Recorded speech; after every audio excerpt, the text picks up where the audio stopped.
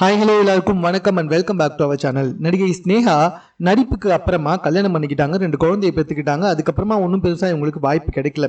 சினிமாவிலிருந்து கொஞ்சம் கொஞ்சமாக விலகி இந்த டான்ஸ் நிகழ்ச்சிகளுக்கு ஜட்ஜஸாக போய் சேர்ந்தாங்க. அதுலேயும் வந்துட்டு ஒன்றும் பெருசாக வருமானமும் இல்லை, ஒன்றும் பெருசாக பேரும் கிடைக்கல, எந்த ஒரு பட வாய்ப்பும் வரவும் இல்லை.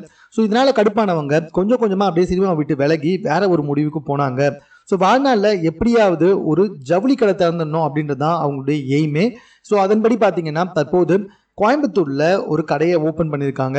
ரொம்ப வருஷமா சிரமப்பட்டு ஒரு இடத்த வாங்கி அந்த இடத்துல வந்துட்டு இப்படி ஒரு கடையை வந்துட்டு நியமிச்சிருக்காங்களாம். இது அவங்களே வீடியோ மூலமா வெளிப்படுத்தியும் இருக்காங்க.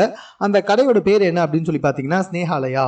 ஸோ இதை வந்துட்டு ஓப்பன் பண்ணிட்டோம், ரிப்பன் கட் பண்ணியாச்சு, இங்கே எல்லா கலெக்ஷனும் இருக்குது அப்படின்னு சொல்லி ஒரு வீடியோவை தன்னுடைய சமூக வலைத்தள பக்கத்தில் வெளியிட்டிருக்காங்க. ஸ்னேகாவுக்கு பல பேர் வந்துட்டு அவங்களுடைய வாழ்த்துக்களை தெரிவித்து வந்துகிட்டு இருக்காங்க. பரவாயில்லைங்க, அதாவது சினிமாவிலேருந்து வெளியே வந்ததுக்கப்புறமா அப்படியே சினிமாவை மட்டுமே நம்பாமல் அப்படியே கொஞ்சம் கொஞ்சமாக விலகி வேறு பிஸ்னஸ்க்கு வந்துட்டாங்க நம்மளுடைய ஸ்னேகா. இதுக்கு முன்னாடி அவங்க ஹோட்டல் பிஸ்னஸ் நடத்துறதாகவும் அது வந்துட்டு ஃபெயிலியரில் முடிஞ்சதாகவும் அதுக்கப்புறமா தான் எப்படியாச்சும் இந்த மாதிரி வந்துட்டு ஒரு துணிக்கடை நடத்தணும் அப்படின்னு முடிவு பண்ணியிருந்தாங்களாம். ஸோ அதன்படி கோயம்புத்தூரில் தான் இந்த ஸ்னேகாலயா அப்படின்றத வந்துட்டு தற்போது தொடங்கியிருக்காங்க.